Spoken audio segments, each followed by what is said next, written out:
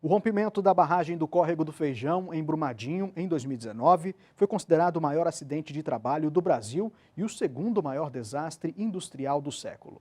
Esse acidente, Anderson, foi ainda um dos maiores desastres ambientais da mineração no país, depois do rompimento da barragem de Mariana, também em Minas Gerais.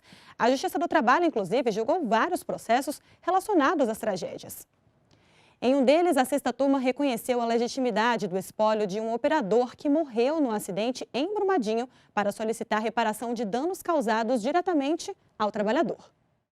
Morto no rompimento da barragem do Córrego do Feijão, na cidade mineira de Brumadinho, o operador de equipamentos trabalhava há quase 10 anos para a Vale. A indenização solicitada no processo diz respeito aos danos causados diretamente à vítima da tragédia. Nesse caso, a reparação pode ser transmitida aos herdeiros, como entendeu a sexta turma do Tribunal Superior do Trabalho. A ação trabalhista foi ajuizada pela esposa do empregado, que é a inventariante responsável pelo espólio, ou seja, o conjunto de bens ativos deixados pelo marido.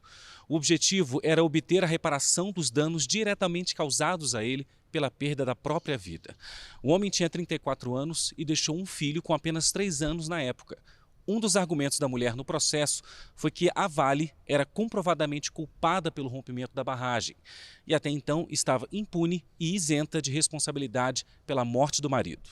O Tribunal Regional do Trabalho da Terceira Região, em Minas Gerais, manteve a sentença que havia extinguido o processo. O entendimento foi que o espólio não era parte legítima para apresentar a ação. Segundo o TRT, os titulares seriam os herdeiros, que deveriam ajuizar ações em nome próprio. No Tribunal Superior do Trabalho, a relatora do caso na sexta turma foi a ministra Kátia Arruda. Ela observou que a morte do trabalhador no rompimento da barragem demonstrou a precariedade da segurança oferecida no local. A relatora destacou que, nessa circunstância, o TST tem entendido que a culpa da empregadora é presumida e a reparação dos danos sofridos se incorpora ao patrimônio jurídico da vítima. Sendo assim, no caso da morte do titular, o espólio representado pelo inventariante tem legitimidade para apresentar a ação. A ministra citou a súmula 642 do Superior Tribunal de Justiça. A interpretação do STJ é que o direito à indenização por danos morais transmite-se com o falecimento do titular,